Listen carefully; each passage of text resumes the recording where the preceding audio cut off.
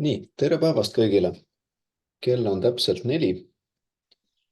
Mina olen Kaare Krütškov ja täna on meil järjekordne Niptify seminar. Oleme neid seminare teinud, ma arvan, 4 aastat ja selline enda tagasiside andmine teile, ma usun, et on väga vajalik. Ehk et sellised seminarid saavad toimuda ainult juhul, kui teilt me saame tagasisidet omakorda. Korjame selle kokku ja paneme selle enda statistikasse. Selle statistika korjamise taga on ka olnud Karmen Vaikül, kellele suur aitäh siinkohas, kes on kõik numbrid teinud kättesaadavaks. Ja minu ülesanne on siis täna teile need tagasi peegeldada. Meil kindlasti ei lähe 2 tundi, küll aga meil on aega, et arutelu pidada neile, kes küsimusi küsivad ja kes tahavad vastuseid. Ei tea ju muidugi, kas kõigile asjadele vastuseid saame. Aga tere tulemast veel kord. Hetkel on 47 osalejat, aga inimesed laekuvad järjest kohale, nii et õige aeg on alustada. Nüüd me teeme ülevaate Niptify kõrge riski tulemustest, räägime siin igasugustest vale positiivsetest ja ka mõnest vale negatiivsest, mis on aastate jooksul juhtunud. Ja pange tähele, et see ülevaade koosneb siis 4500 Niptify testist, mille põhjal see statistika on. Et miks selline number? See number tuleneb sellest, et sellel ajal, kui me siit statistikat alustasime korjamist, siis me oleme ka teinud enda Focus Plus tehnoloogiat ja seetõttu on tulemused võrreldavad. Ja lähme edasi. Hakkame lihtsatest asjadest pihta ja kordame üle mõned mõisted, et hiljem ei tekiks arusaamatusi. Ma panen istuda ka, vaatame koos. Kõik teised muudi peale. Ja küsimuste teeme lõpus, sellepärast, et siis me jõuame põhislaidid läbi ja diskussioon jääb edasiseks, siis teeme kõigil mikrofonid lahti ka. Nüüd, mida Niptify või mida NIPT üldiselt tuvastab? Me kõik teame, et NIPT tuvastab üldiselt siis terve kromosoomi trisoomiat ja monosoomiat. Näitena siinkohal Down, Edwards, Patau ja Turner. Need on siis näited. Samuti saab NIPT-testiga tuvastada osalist ehk segmentaalset muutust. See võib siis juhtuda nii, et poolest õlast on muutus või ka näiteks terve õlg on trisoomne või monosoomne. Ja siin näide võiks olla siis Pallister-Killiani sündroom. Ja samuti on võimalik NIPT-uuringuga tuvastada mikrodeletsiooni või duplikatsiooni, mis on siis väga pisikene osa kromosoomist on kas kadunud või 3 korduses ja võrreldes terve kromosoomi trisoomia monosoomiaga on siis selle ulatus oluliselt väiksem ja pisem. Ja siinkohas näiteks D-George on mikrodeletsioon ja neurofibromatoos tüüp 1 regioon on samuti mikrodeletsioon. Et neid 3 genoomi muutust on võimalik NIPT-testiga tuvastada. Et NIPT-testiga ei ole võimalik tuvastada 1 geeni haigusi. Selle statistika ettekande ette ma tõstsin sellise teooria osa ja teooria osa on selleks, et me räägime siin mosaiiksusest. See on selline omavahel öeldes natuke nagu vastik teema, et see saab meid ikka ja alati kätte, sest bioloogias on seda mosaiiksust sees ja me näeme seda ka juhul, kui me platsentat uurime NIPT-uuringuga. Siin, mis tuleb ettekandmisele, see ei ole kindlasti see, mis peab kõigile nagu meelde jääma, küll aga ma annan nagu korraks nagu aimduse, et kust need vead tekivad ja mis on selliste vigade tekkimise bioloogiline põhjus. Ja slaide saab pärast jagada ja see võimaldab nagu arusaamist, et miks bioloogias ja miks meditsiinis asjad juhtuvad. Nüüd ideaalsel juhul kui meil on kujutatud siin loode ja siin on ka kujutatud platsenta, siis ideaalsel juhul ju võiks olukord olla selline, et nipptulemus langeb kokku loote tulemuse ehk amniotsenteesi tulemusega. Ja mõlemal juhul, nii kui nipt on negatiivne ehk et madalad riskid on ema vereproovist, nii on ka tegelikult lootel madalad riskid. Ja kui nipt annab kõrge riski tulemuse platsenta põhiselt, siis amniotsentees kinnitab ka kõrge riski tulemuse. Et kui elu oleks nii ilus, siis olekski kõik ilus. Et see on ideaalne juht, aga selliseid juhte üleliia palju ei ole ja sellepärast meil on vaja käsitleda ka teisi võimalusi. Nüüd, üks peamiseid vigade põhjuseid, mis tekitavad lootel kromosoomhaigusi, tekivad juba enne viljastamist. Ja enne viljastamist tekivad sugurakkude viga, nimetatakse meioosiveaks. Ja see on siis sugurakkudele omane areng, mille käigus sugurakk saab siis poole kromosoomistikust. Ja viga toimub siin kujutletavas munarakus või munaraku eellases, kus siis meioosi tulemusel ei jää mitte ühte kromosoomi, vaid jääb 2 kromosoomi. Ja kui ta on spermatosoidiga kokku saanud, siis tekib nii-öelda 3 kromosoomi koopiat.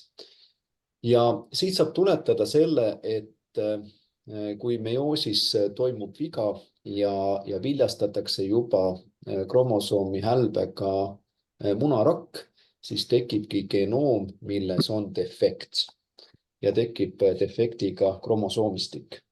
Ja siit saab järeldada lihtsa asja, et edasised rakud, mis toimuvad siis munaraku pooldumisel, need kõik saavad defektiga genoomi kaasa ja mosaiiksus on välistatud. Ehk sellisel juhul platsenta tulemus on võrdne amniotsenteesi tulemusega.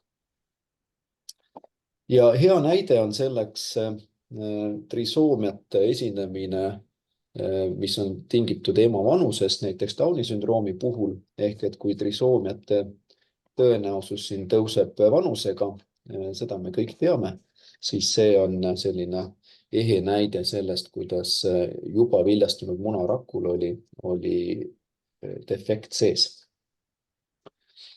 Nüüd teist sorti vead saavad toimuda peale viljastamist ehk et nii-öelda tavapärase raku pooldumise käigus tekivad vead ja need vead on tingitud ennekõike siis genoomi enda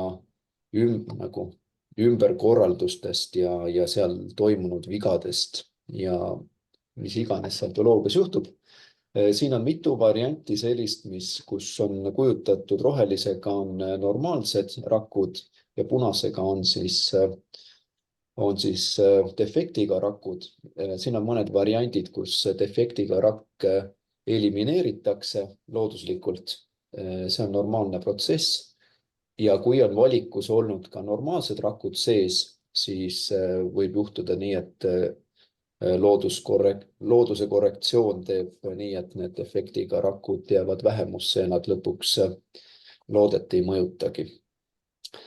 Ja tulemuseks on see, et platsentas, kuna seal ei ole looduslikku selektsiooni nii tugevat, seal võib juhtuda nii, et on defektiga rakud ja normaalsed rakud segamini. Samal ajal loode on selektsiooni all ja seal ei ole juhtunud, sinna ei jää kromosoomvead püsima. Ja siis saab teha järeldus, et mitootilise vea korral on tõenäosus, et platsenta ja loote kromosoomistik ei kattu. Ehk et see annab ka selle eelduse, et kui nipt annab kõrge riski tulemuse, siis amniotsentees seda tulemust ei kinnita. Ja see on selle fenomeni taga.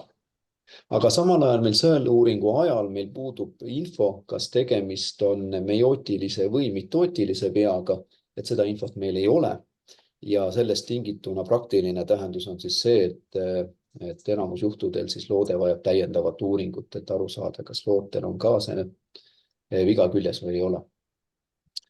Ja kui mosaiiksust siin välja joonistada, siis on palju erinevaid variante.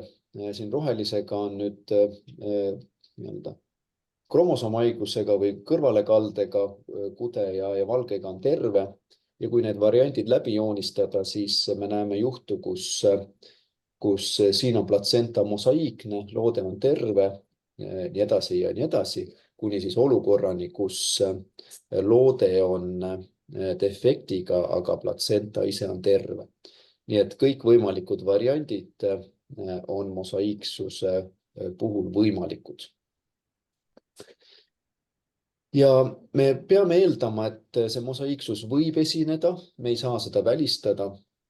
Ja me ei tea NIPT uuringus ja ka näiteks esimese trimestri sõeluuringus, et millises etapis on viga toimunud, kas enne või peale viljastamist. Ja kuna kaalul on väga palju, siis nii-öelda oletusi teha ei ole siinkohas õige.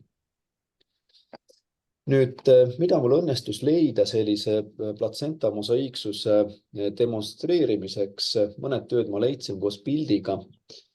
Siin on välja toodud platsenta, kust on erinevatest kohtadest, füüsilistest kohtadest võetud analüüsimaterjal ja kui te näete, siis ühest kohast on võimalik trisoomia 18 määrata siin nii, et ta on 96% rakkudes ja teises kohas on ta ainult napp 20%.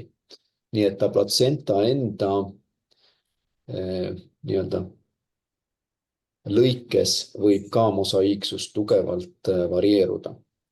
Ja eriti see on nagu oluline veel juhul, kui tehakse koorionbiopsiat, ehk et tegelikult võetaksegi ainult kindel tükk platsentast ja selle põhjal tehakse järeldus, ehk et te kunagi ei tea, millisele osale te sellest platsentast pihta saate ja milline see tulemus pärast seal on. Ega NIPT-iga on sama, sest NIPT-i tulemus on üldistatud kogu selle platsenta peale. Ja me ei näe neid erinevusi, mida me siin pildil võiksime siis näha. Üks teine näide, mis ei ole nii drastiline, siin on tegemist ka platsentaga ja siin on tegemist ka Turneri sündroomiga.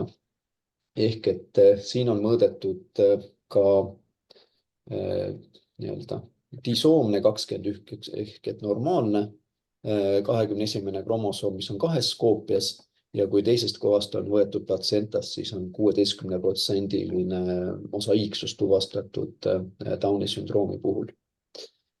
Ja siin on 8%-line. Ta ei ole nii drastiline nagu eelnev pilt, aga hea näide siiski. Nüüd mõne sõnaga PPV-st. See on nii-öelda väärtus, mida peab silmas pidama, aga millest ei tohi kindlasti teha liiga suuri järeldusi. Ehk et eesti keeles on ta positiivne ennustusväärtus. Ja positiivne ennustusväärtus on siis tõenäosus, et mis juhul NIPT-i tulemus kinnitatakse amniotsenteesiga. NIPT-i tulemust ei ole siinkohas mõistlik kinnitada koorionbiopsiaga, sellepärast et siis uuritakse sama kude ja PPV on tõenäoliselt oluliselt suurem kui amniotsenteesiga tehes. Ja kuidas seda arvutatakse? Siin on väike näide välja toodud, et kui meil on näiteks raporteeritud 100 Downi kõrge riskisündroomiga tulemust NIPT-il ja amniotsentees kinnitab nendest ära 95 juhtu, siis nii lihtne see arvutus ongi, et sellisel juhul PPV väärtus on 95%. Et niimoodi seda arvutatakse.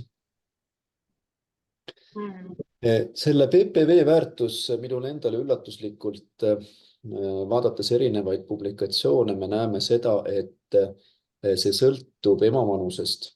Et siin artiklis on ära toodud see, kus meil on näiteks T21 on sinine ja kui meil on 40+ naised, siis PPV väärtus T21-ga on 100%. Samal ajal noorematel naistel on see ainult siin napp 80%. Ehk et siin sõltub jälle seda, et mis tüüpi vead on juhtunud, aga lõpuks see siis kulmineerub PPV väärtuses. Ja kui te vaatate, siis käsikäes käivad trisoomia 13 ja 18. Nad on võrdselt kõrgel siin 40 plussiga ja võrdselt madalad noorte naiste seas. Et siin on samuti bioloogiline selgitus taga, et miks see nii on. Aga nagu näete, et kromosoomid võiksid olla käituda ühtemoodi, aga tegelikult see nii ei ole. Ja sama asi kinnitatuna ka Illumina enda NIPT-i poolt, mida enam ei pakuta, aga mis statistika on saadaval. Siin on erinevad kromosoomid 3 erineval graafikul. Kromosoom 13, nagu näete, PPV on siin tugevalt alla 20% naiste seas, kelle vanus on 20–29.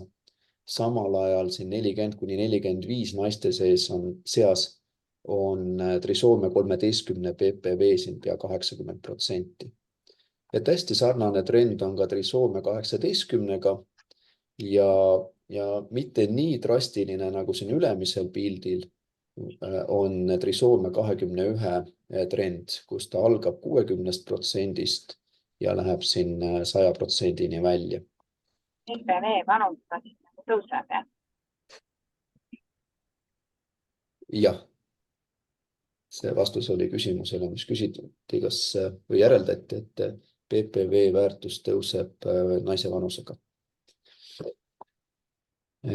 Liigume siit edasi ja üks asi on teada seda PPV-d, mis puudutab kromosoome 13, 18, 21. Samuti te teate, et Niptify vaatab tervet genoomi ja seetõttu me raporteerime ka juhuleide ehk et muutusi siis teistes kromosoomides kui 13, 18, 21. Ja minu üks lemmikuid uuringuid on belglaste ja hollandlaste uuring ja Trident 2, mida nad publitseerivad ikkagi aeg-ajalt. Ja me näeme siin seda, et muutused teistes kromosoomides, siin on kõik kromosoomid välja toodud, siin on 13, 18 ja 21 on välja võetud. Siis me näeme seda, et teistes kromosoomides kui 13, 18 ja 21 on PPV ainult 7,7%. Nüüd need, mis on märgitud oranžiks, siin on siis selle 110 000 naise seest, kelle kohta publikatsioon käib, siis neil on leitud, et see võib esineda ka lootel, see muutus. Näiteks trisoomia 8, 9, trisoomia 16 ja 22, et neid on tuvastatud, et need võivad ka lootel olla. Ülejäänud juhtudel suuresti välja arvatud see väike kollane siin on tegemist ainult platsentale omase trisoomia või monosoomiaga. Trisoomia arvatavasti. Ehk et teisisõnu, kui tuleb ette trisoomia 3 või trisoomia 7 või trisoomia 20, mis on ka suht märkimisväärne hulk siin, siis Belgia või Hollandi andmete põhjal ei ole põhjendatud amniotsenteesi tegemine, sellepärast et Eestist 20 korda suurema kohordi seas ei ole ühtegi juhtu leitud, kus see ka reaalselt lootel esineks. Et selle võib nagu siit kokku võtta. Samal ajal seal see PPV siin on küll 7,7%, aga kui me lähme selle järelduse juurde, et kas ta rasedust mõjutab või ei mõjuta see, et platsentas on kromosoomi kõrvalekalle, siis Trident 2 uuringu põhjal 53% juhuleidudest omab mõju raseduse kulgemisele. Ja seda on siis võrreldud teiste sünnitajatega, kellel ei olnud juhuleidu tuvastatud. Ja need erinevad mõjud, ma tõlkisin need siia ära, ma ei ole kindel, et need on 100% korrektselt tõlgitud, aga kõige suurem mõjutaja on preeklampsiat, mõjutab siis nii-öelda kõrvalekalle juhuleid. Samuti siin enneaegset sündi ja madal sünnikaal on sellega seotud.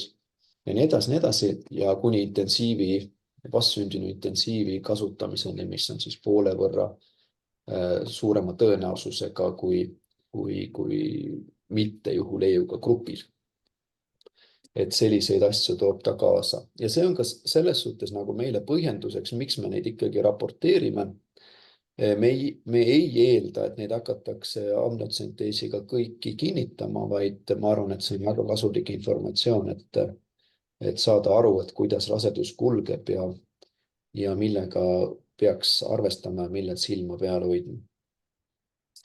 Nüüd, kui on muutus, see osaline muutus ehk segmentaalne muutus on nendel teistel kromosoomidel, siis nende kinnitumine lootel on oluliselt sagedam ja selles valdkonnas on siis PPV 44%.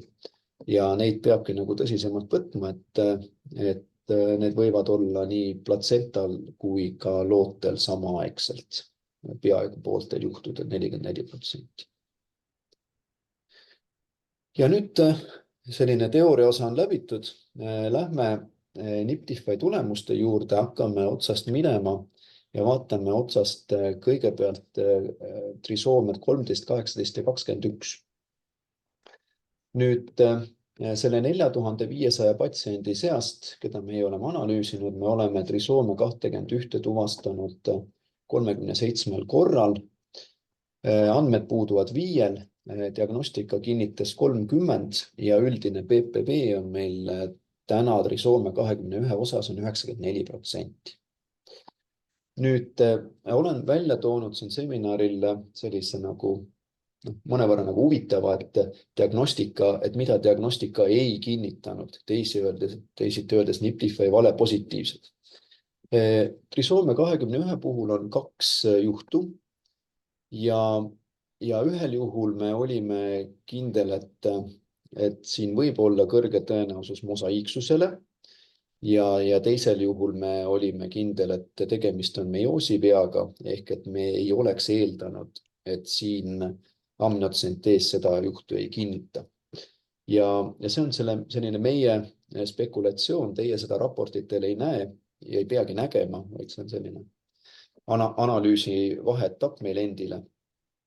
Ja siin oli selge, et kui me ka teeme arvestuse, et siin võis olla meioosiviga ja peaks amniotsenteesiga kindlasti kinnitama, siis tegelikult, kuna meil on andmeid NIPT-iga ikkagi piisavalt vähe, ainult 1 vereproov, siis see ei olnud tõsi. Ehk et selliste asjadega spekuleerimine võib halvasti lõppeda. Nii et me raporteerisime välja mõlemad kõrged riskid. Ühes olime kindel, et tegemist on mosaiiksusega ja seal on tõenäosus, et loode on terve, seda ta ka oli. Ja teisel juhul oli ka loode terve. Ja kuidas see välja näeb? See näeb välja nii, et meil on üks vale positiivne trisoomia 21 juhtum. Siin on näha loote kõik kromosoomid 1-22-ni. Normaalne juht on see, kui siin on hall triip, selline paks hall triip ja nagu näha siin on korraga esineb siis platsentas trisoomia 7 ja samal ajal esineb ka trisoomia 21.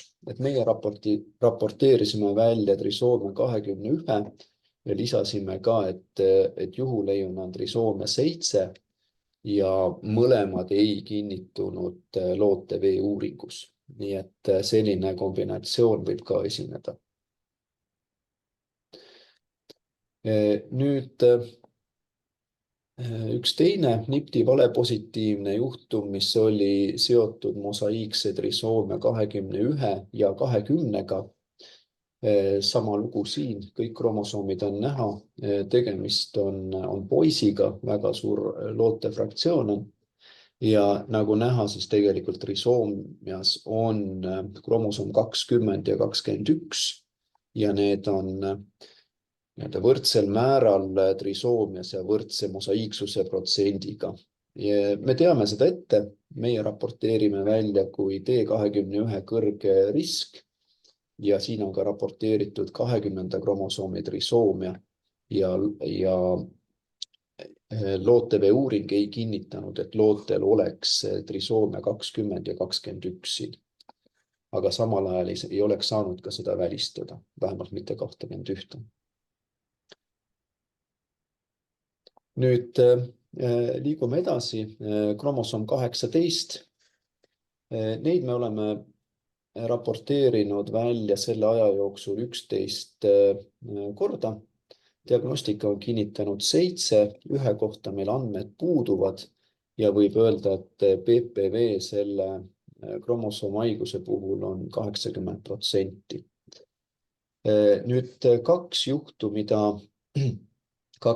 mida diagnostika ei ole kinnitanud, on siin. Mõlemal juhul ühel juhul on tõenäosus mosaiiksusele ja teisel juhul oli kõrge tõenäosus mosaiiksusele. Ehk et see teine juht oli väga selline piiripealne juht ja seal ei olnud ka põhjust riskida, vaid ta läks kõrge riski tulemusena välja ja ei kinnitunud LOTV uuringuga. Nüüd valepositiivne näide trisoomia 18-st. Siin on kõik kromosoomid reas, tegemist on tüdrukuga ja me näeme seda, et on ka trisoomia 18 kahtlus, on kõrge risk välja raporteeritud ja siin on ka tõenäoliselt meil endal olnud mosaiiksuse kahtlus.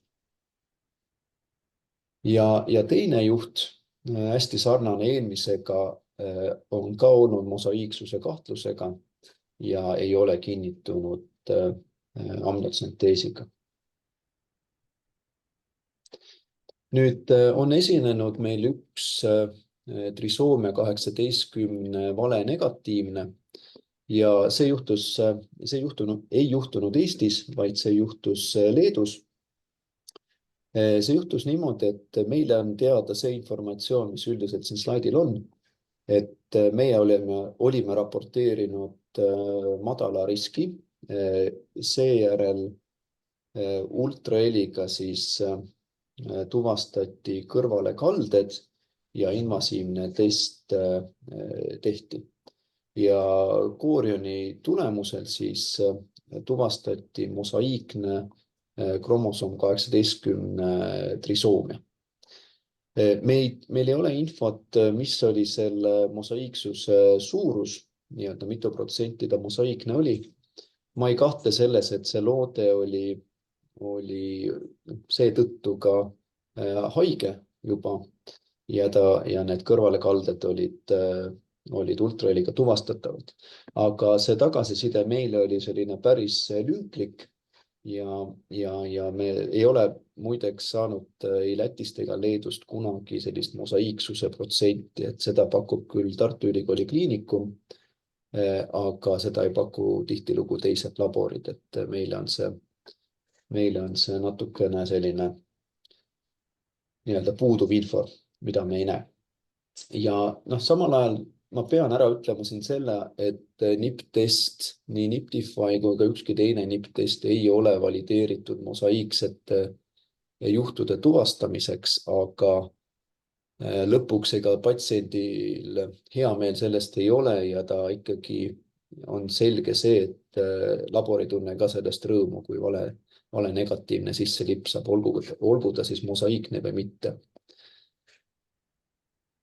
Nüüd liikudes edasi trisoomia 13 peale, neid on meil olnud 4500 patsiendi seast 6 korda oleme raporteerinud ja pange tähele, diagnostika on kinnitanud ainult ühe juhu ja 4 juhtu on siis olnud sellised, kus on olnud tõenäosus mosaiiksusele või ka kõrge tõenäosus mosaiiksusele ehk et suure tõenäosusega me teame juba raporteerides ette, et amniotsentees seda ei kinnita. Aga kuna see 4500 peale 4 juhtu ei ole kõrge arv, siis täiendav uuring on meie hinnangul õigustatud. Ja nagu näete, kuna numbrid on siin Eestis meil päris väikesed, siis see PPV, mida me saame nende väikeste numbrite pealt arvutada, on ainult 20%. Ja vaatame neid natuke lähemalt.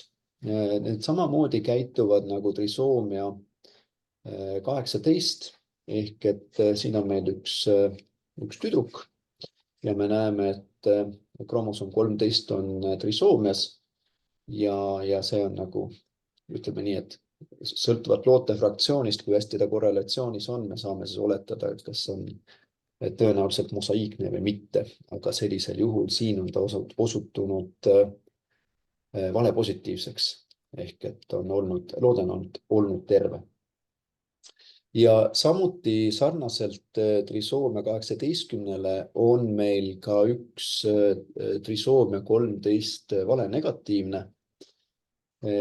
Selle me tuvastasime ära Lätis ja Lätiga juhtus selline lugu, et meie raporteerisime välja madala riski. Teises trimestris tuvastati ultraheliga kõrvalekalle, seejärel tehti amniosüntees ja tuvastati trisoomia 13.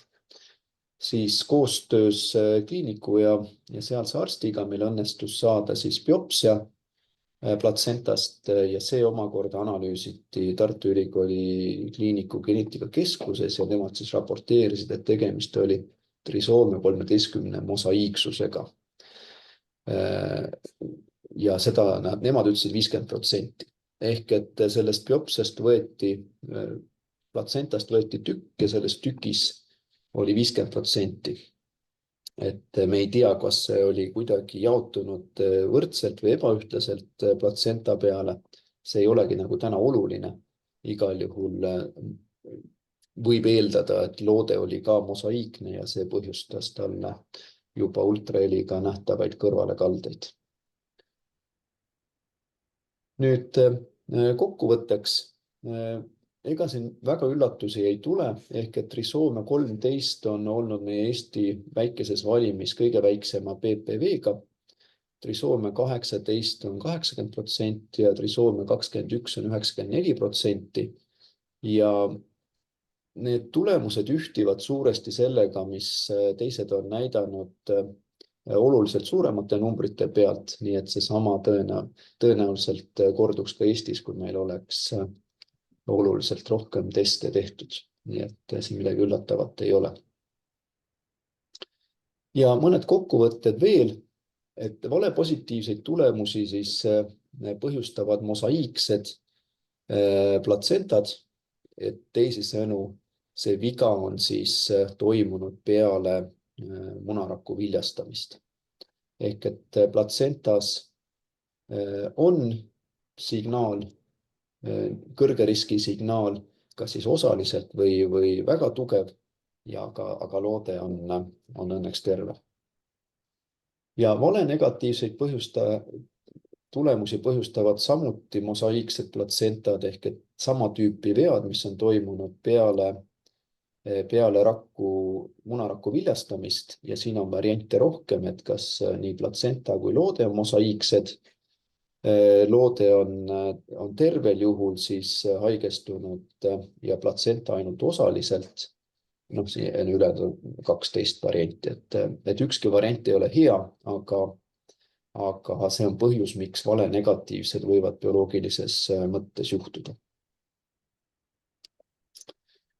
Ja muidugi võib ka öelda seda, et valetulemusi põhjustavad vanishing twin, kus siis üks kaksikutest on hukkunud, aga tema DNA on endiselt ema vereringes ja see võib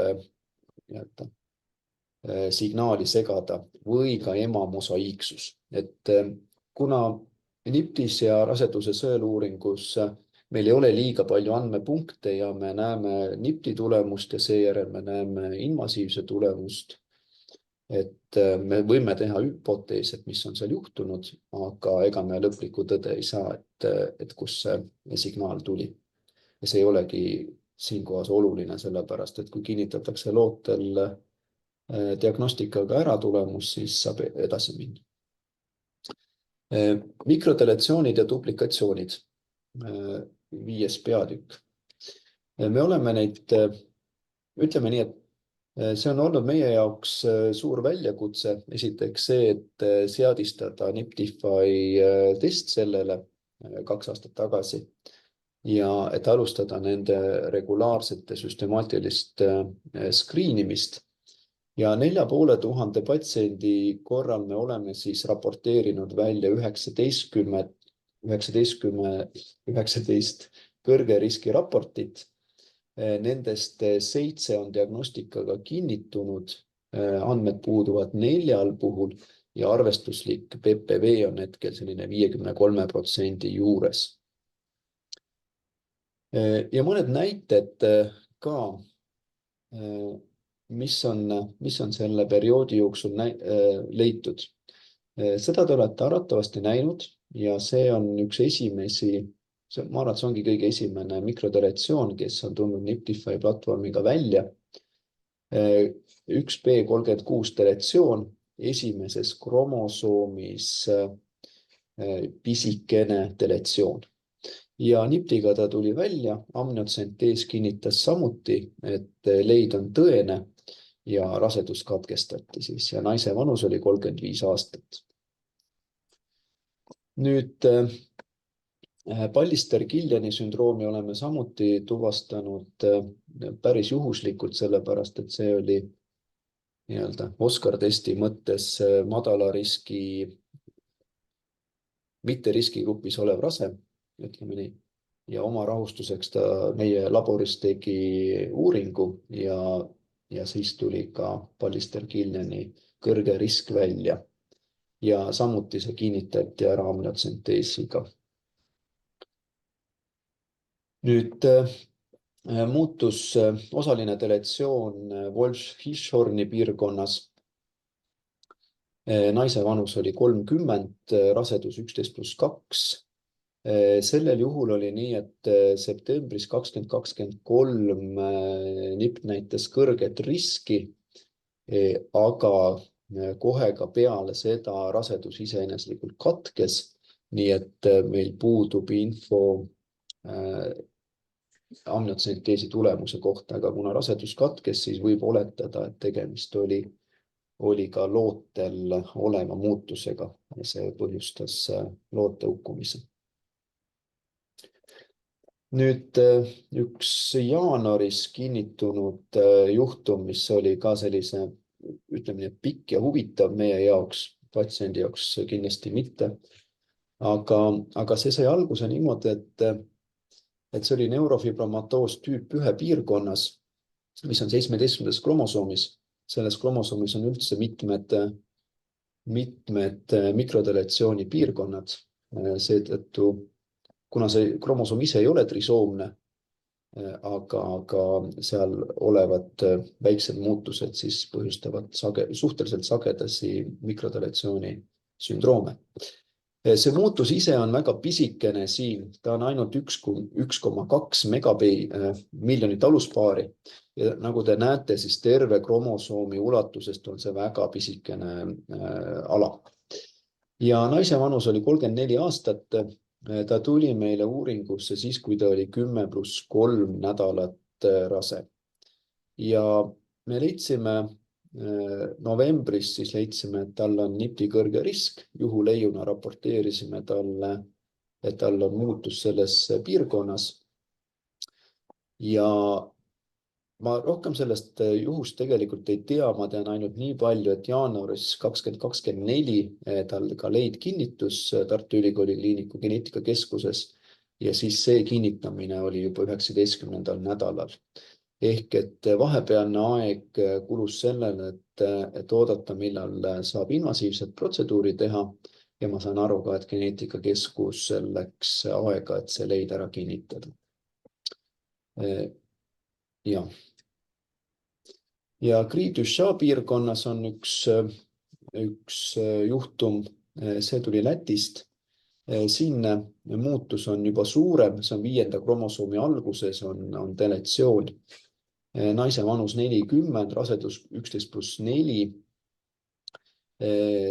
Jaanuaris 2024, selle aasta jaanuaris tuvastasime kõrge riski ja jaanuaris ka siis arst tuvastas südame anomaalia ja kuklavoldi mõõde on siin ja rasedus katkestati ja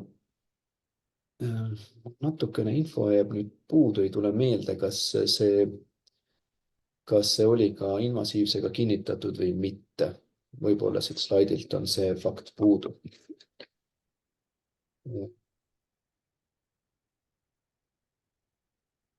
See kinnitati ära. See slaid on mul jäänud poolikuks. Nüüd mõned mikrodeletsioonide valepositiivsed, me oleme neid raporteerinud ja seal ei ole midagi salata, sellepärast et kogu selle analüüsiprotseduuri paika saamine alguses see ei olnud nii mustvalge, nagu võiks arvata. Nii et mõned valepositiivsed läksid ka välja seetõttu, et kliinilisi proove ja selliseid tehnilisi valepositiivseid lipsas alguses sisse. Aga räägime siis sellest, kus on olnud DCOG piirkonnas valepositiivne. Nüüd DCOG on teadupärast 22. kromosoomis, seal on selline 2 miljoni aluspaari suurune muutus. Ja siin on küll valepositiivne, aga valepositiivne nagu heas mõttes sellepärast, et ema on olnud ise mikroduplikatsiooni kandja ja sellisel juhul me ei saa kunagi öelda, kas lootel see on või ei ole ja me ei ole saanud seda, me ei määragi, meil jääb DCOG deletsioon määramata ja sellisel juhul tehakse ka invasiivne protseduur tihtilugu. Ja sellisel juhul oli nii, et ema oli kandja, emal on duplikatsioon, aga loote kohta ei olnud infot meie raportil ja loodet sooviti uurida, nii et invasiivne kinnitas, et loode on terve. Loode ei olnud pärinud emalt seda duplikatsiooni ega saanud ka deletsiooni.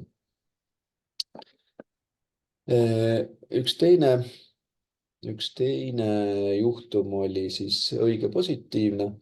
Meie ei saa samuti väljastada deletsiooni kõrget või madalat riski, kui ema on ise kandja ja sellisel juhul on ka loode kandja. Ehk et siit tuleb nagu kõik välja, mis võimalik. Üks valepositiivne tulemus Angelman-Pradervilli piirkonnas, duplikatsioon nimelt. Meie oleme ta raporteerinud kõrge riski tulemuseks, aga invasiivne ei ole seda kinnitanud. Võib arvata, et sellise valepositiivse tulemuse oleks saanud ka välistada NIPT-uuringuga, kui oleks kordusproovi küsinud. Ehk et see on selline juurutatava praktika koht, enne kui minna mikrodeletsioone raporteerima. Ja siin veebruari lõpus saime teada ka ühest valenegatiivsest mikrodeletsiooni juhust, see puudutab siis DCOG piirkonda 22. kromosoomis. Ja see lugu, mis on meile teada, näeb välja selline, et maikuus oli patsiendil esimese trimestri screening, Downi risk vahepealne ja siis vahepealne tähendab seda, et NIPTIFY uuring oli Tervisekassa poolt rahastatud. Meie analüüsisime selle ära, tuvastasime, et tegemist on madala riskiga, me ei näinud muutust ja läksime edasi. Teises trimestris oli loote anatoomia screening normis ja 34. nädalal on siin mõned terminid, mida mina teile ei oska tõlkida, et see on otse tulnud arsti kommentaar, aga millest ma saan aru, oli see, et 34. nädalal toimus sünnitus, see oli eelmise aasta oktoobris ja diagnostikaks võeti ka proov lapselt. Platsentat sellest rasedusest ei säilitatud ja sellest lapse proovist omakorda diagnostika siis tuvastas, et temal on DCOG sündroom, 2,2 miljoni aluspaariline deletsioon, mis põhjustab lapsele siis kliinilisi probleeme. Ja meid teavitati sellest veebruari lõpus sellel aastal. Nüüd võib ausalt öelda, et ega sellise juhu järgi hea tunne ei ole ja patsiendist on väga kahju. Mida me saame nagu paremaks teha ja kuidas sellest nagu õppida? Nüüd mitme aasta jooksul me oleme teinud lisaks ühele tarkvarale, mida me kasutame siin ka tulemuste näitamiseks, oleme ka ühte teist tarkvara arendanud, mille nimi on Pindel, mis on meie enda tarkvara. Ja me alustasime juba eelmise aasta lõpus ka sellesama tarkvara Wise Condor X tarkvara parendamist ehk et me suurendasime tal referentsi 10 korda. Ja asjade kokkusattumus oli selline, et meile teatati veebruaris, et meil on valenegatiivne Digiotsi juhtum ja samal ajal veebruaris me olime saanud käima 10 korda suurendatud referentsiga tarkvara, ühe tarkvara ja võtnud kasutusele ka teise tarkvara, mis on spetsiaalselt mikrodeletsioonide peale disainitud ja mis on praegu reviewerite lugemises. Ja rakendades mõlemat juhtu me tuvastasime selle samade andmete pealt nii ühel juhul ühe tarkvaraga mikrodeletsiooni kui ka teise tarkvaraga mikrodeletsiooni. Nii et ütleme nii, et see on tõsine lugu ja väga kurb lugu, aga samal ajal väga hea õppetund, et asju paremini teha ja kasutada siis seda suhteliselt suurt hulka ka Eesti patsiente selle referentsi tegemiseks, et kellega meil siin Eestis nagu tegemist on ja et kuidas seda tehnoloogiat nagu rakendada tulevast juhtude välja sõelumiseks. Ütleme nii, et esimese tarkvaraga oli selge leid, skoor oli -8,73, piirmääraks on meil -5 ja teisel juhul tarkvara ütles, et seal on 100%-lise tõenäosusega tegemist Digiotšiga. Nii et see on meil esimene teadaolev valenegatiivne mikrodeletsiooni juhtum Eestis. Nüüd harvikhaiguste piirkonnad, mida me kogu aeg skriinime, on siin ja me oleme need piirkonnad välja valinud siis esiteks kirjanduse põhjal ja teiseks ka Eesti statistika põhjal viimase 15 aasta ülevaatega. Ja mikrodeletsioonid siis, nad ei avaldu kohe, paljud neist ei avaldu kohe raseduse käigus, vaid kuna ainult mõned geenid on, mitte mõned on natukene imelik öelda, piiratud hulk geene on mikrodeletsiooni piirkonnas, siis nemad hakkavad oma mõju avaldama siis arengule, mis juhtub siis lapsel, kui ta on juba sündinud ja kuni 10-aastaseni välja. Eestis on siis keskmiselt diagnoositakse 7 harvikhaigusega last siit nimekirjast, ehk et neid teoreetiliselt on võimalik Niptify uuringuga leida varases raseduses. Ja see aitab siis screeningu ulatust laiendada. Ja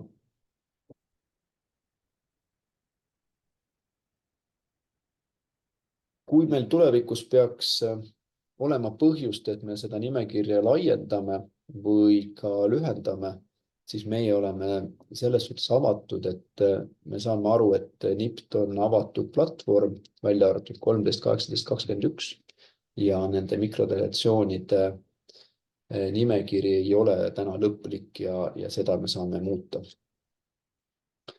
Nüüd mõne sõnaga veel sellest Pindeli tarkvarast. See on huvitav selles suhtes, et kui me alustasime selle tarkvara arendamisega ja meil ei olnud Eestis veel ühtegi mikrodeletsiooni ka loodet tuvastatud, ehk et keeruline on arendada tarkvara, kui sul ühtegi proovi pole, siis koostöös Belgia Lübeni ülikooliga me ikkagi suutsime kogu selle metoodika ära valideerida niimoodi, et meil esialgne versioon tarkvarast ja sellest patsiendi kohordist on olemas. Ehk et kui siin all X-telje peal on kõik uuritavad mikrodelegatsiooni piirkonnad, siis see tarkvara väljastab tõenäosuse ja siin need oranžid on siis patsiendid, kes on amniotsenteesiga ka kinnitunud kui mikrodelegatsiooni kandjad.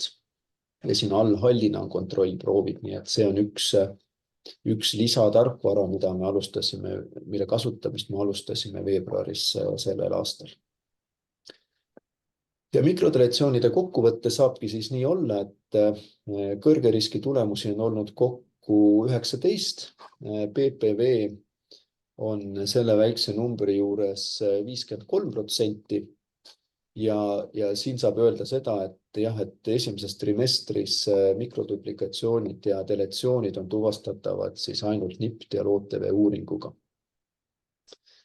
Ja valepositiivseid tulemusi saab tõenäoliselt vähendada kordus NIPT vereprooviga ja see on ka põhjus, miks me küsime kordusproove, et me ei ole selles võimalikus kõrge riski tulemuses, mida me esialgses analüüsis näeme selles kindel ja siis me otsustame pigem, et me küsime patsiendilt kordusproovi ja see annab siis vastuse, et kas see sama mikrodelegatsiooni leid ka seal esineb või mitte. Ja niimoodi me loodame siis elimineerida sellise tehnilise juhuslikkuse, mis võib anda signaali piirkonnas, kus on kliiniline tähtsus. Ja tänaseks on siis teada üks valenegatiivne tulemus Diciootsi piirkonnas, sellest ma rääkisin. Ja teised autosoomsed trisoomiad ehk et kõik teised autosoomsed kromosoomid peale 13, 18 ja 21 rõõmuga teatan endalegi üllatuslikult, et siin on PPV 0%. See on natuke naljakas, et selle üle rõõmus võib olla, aga tegelikult see pilt, kui me võrdleme jälle Trident uuringuga ennast, mis on 20 korda suurem, siis me näeme nii, et need juhuleiud, kes on olnud meie puhul kromosoomides 3, 5, 7 ja nii edasi, need on siis tegelikult hollandlastega, ütleme nii, et samades mustrites, et kui meil oleks 20 korda rohkem andmeid, siis need proportsioonid oleks tõenäoliselt täpselt samad. Nüüd jällegi kui küsida, et miks neid siis nagu raporteeritakse, on see, et jah, nad ei kinnitu ära lootel, aga nad on vähemalt hollandlaste väitel olulised raseduse kulgemisel ja seda siis 53% juhtudest omavad mõju raseduse kulgemisel. Seda slaidi ma varasemalt juba näitasin. Sugukromosoomide kõrvalekalded. Kokkuvõtvalt kõrge riski tulemusi on olnud 26 tükki. Diagnostika on kinnitanud 15 ehk et arvutuslik PPV on 77% siin kategoorias. Ja vaatame mõned juhud siit üle ka. Üks huvitav juht meie enda jaoks oli üks NIPT õige positiivne ja sellisel juhul me raporteerisime, et tegemist on 47XXY-ga või 48XXYY-ga, sellepärast, et me ei olnud päris kindel selle ühe vereproovi põhjal, mis see võib olla. Ja amniotsentees kinnitas siis 48XXYY ja patsiendi otsusel siis rasedus katkestati. Nii et meie poolt selge anomaalia leid ja mõnikord ei ole ka NIPT kindel, et mis ta siis on, vaid kuna Y osakaal selles analüüsis on sees, siis ei saa üheselt öelda, mis ta täpselt on. Nii, ja siis üks teine juhtum, kus me nägime, et meie raporteerisime, et tegemist on 45X-iga ehk teisisõnu nagu Turneri sündroomiga, aga samal ajal ütlesime, et tegemist on sugukromosoomide kõrvalekaldega ja soovitasime, nii nagu siin all on, et invasiivset diagnostilist uuringut. Ja selgus siis selline lugu, et tõepoolest, et tegemist ei ole mitte tööneriga, vaid ainult üks X-kromosoom on. Selgelt on ta poiss sellisel juhul. Ja ka samal ajal Y-kromosoom on patoloogilise leiuga ehk isotiitsentriline. Piltlikult öeldes tal on kahes koopias ja ta on omavahel ühendatud, nagu väga lihtsustatult öeldes. Seda, mis sellest patsiendist sai või mis tema otsus on, selle kohta meil info puudub. Siin sellist kliinilist pilti väga tugevat ei olegi minu teada. Ja see oli nagu patsiendi otsus, mis siit edasi sai. Vabandust. See on õige slaid. Nüüd näide ühest Jacobsi sündroomist. Meie raporteerisime Jacobsi sündroomi välja ja invasiivne ka kinnitas, et tegemist on Jacobsi sündroomiga ja jätkab siis rasedust ehk et 47XYY. Ja üks Klinefelter 47XXY samuti kinnitunud patsiendi otsusest me ei tea, mina ei tea. Ja üks näide veel sellest, kuidas näeb välja üks triplo X-sündroom meil ekraani peal. Kõik tundub kena, aga selgelt on X-kromosoom suuremas koopia arvus, kui peaks olema. Ja see on samuti kinnitatud siis amniotsenteesiga ja patsiendi otsusel on siis rasedus katkestatud. Ja sugukromosoomide kokkuvõtet võib teha nii, et kuigi PPV on suhteliselt kõrge, 77%, siis on vaja teada seda, et Turneri sündroomil on PPV kõige madalam ehk et seal 50% juures. Ja see on siis tingitud võimalikust platsenta või emamosaiiksusest. Valepositiivsed tulemused paljastuvad ainult LOTV uuringuga ja siinkohas ei ole kordusniptu uuring põhjendatud, sellepärast et kui ma seda teistpidi ütlen, siis need sugukromosoomide niptisignaalid tulevad suurtelt kromosoomidelt, nii-öelda X-kromosoomilt ja ka Y-kromosoomilt, mis on väga täpselt määratav ja seal sellist tehnilist varieeruvust või müra ei ole põhjendatud oodata, vaid kui on kõrge riski tulemus ja patsient otsustab LOTV uuringuga seda kinnitada, siis see on õige tee ja nipt ei ole mõtet sinna enam peale teha. Ja siiamaani meil ei ole teada ühtegi valenegatiivset tulemust sugukromosoomide kategoorias, nii et see on positiivne. Ja kordusproovid, mõne sõnaga sellest ka, et miks me neid küsime ja kui sagedasti me neid küsime. Nii nagu ma varem ütlesin, siis kordusproovide osas meil on mõnikord tegemist ka olukorraga, kus me ei ole kindel selles, et mis see tulemus on. Mitte see, et labor oleks ebaõnnestunud, vaid see, et rasedus on suhteliselt varases järgus ja seal võib olla ka vanishing twin, seal võib olla haigusseisund või ka muud asjad, aga räägime sellest tabelist.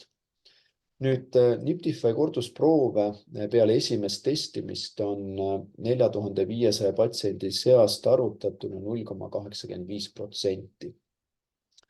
Nüüd me teeme ka kordusanalüüsi nendele 0,85%-le ja seejärel me siis suudame välja raporteerida 99,93% kõigist testidest.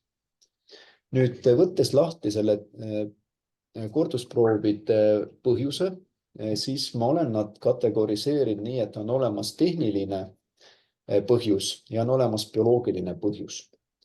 Nüüd tehnilise põhjuse alla läheb see, et kui me näiteks saame saadetise, kus on siis katsuti läinud katki või tuvastatakse, et katsuti on aegunud. Sellisel juhul me ka ei saa selle analüüsiga jätkata. Mõnikord juhtub nii, et transpordi aeg on olnud liiga pikk, et teisisõnu ta on kuskile TPD liinide vahele on see karp ära kadunud, et midagi teha pole. Mõnikord on liiga vähe verd, selles suhtes, et alati võtke uus katsuti ja proovige see täita seal võimalikult palju verega. Ebakorrektne märgistus, kui pole selge täpselt, kellega tegu on, siis pigem võtame uue proovi ja talvel, kui on väga külm, siis võib juhtuda see, et vereproov on läbi külmunud kulleri teekonnal ja sellisel juhul on plasma eraldamine jällegi võimatu. Tehniline on ka liiga varane rasedus ehk et me ei saa tegelikult lubada seda, sest meid samuti kontrollitakse, me ei saa lubada seda, kui on märgitud tellimusvormile, et tegemist on 9+5 või 9+6 rasedusnädalaga. Sellisel juhul me peame samuti küsima uue vereproovi. Kõige suurem põhjus, miks me küsime kordusproove, on seesama, et me millegipärast näeme tulemustes kõrget standardhälvet. Me ei ole selles leius 100% kindel ja meil ei ole põhjust seda nagu kiirelt ka välja raporteerida, et on risk või ei ole. Mõnikord on ka vanishing twin. Vanishing twinid tulevad ka niimoodi, et meie näeme tulemustest põhjust, et me spekuleerime, et tegemist on vanishing twiniga ja pärast siis arstiga suheldes me saamegi sellele kinnitust.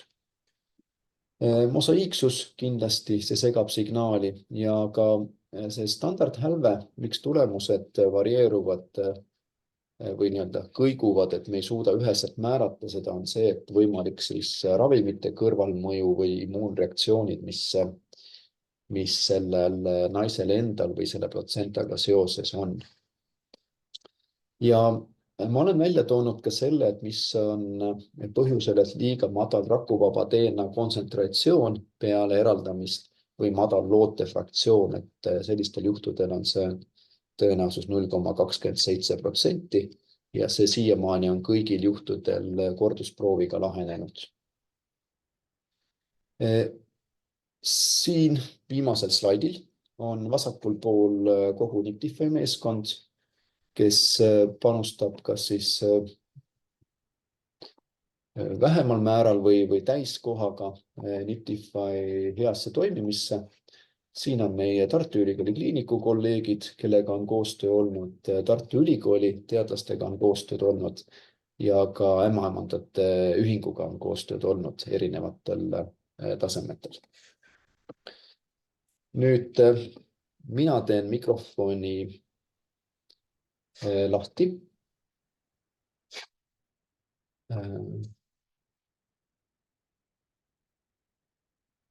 Ja me saame jätkata siin diskussiooniga.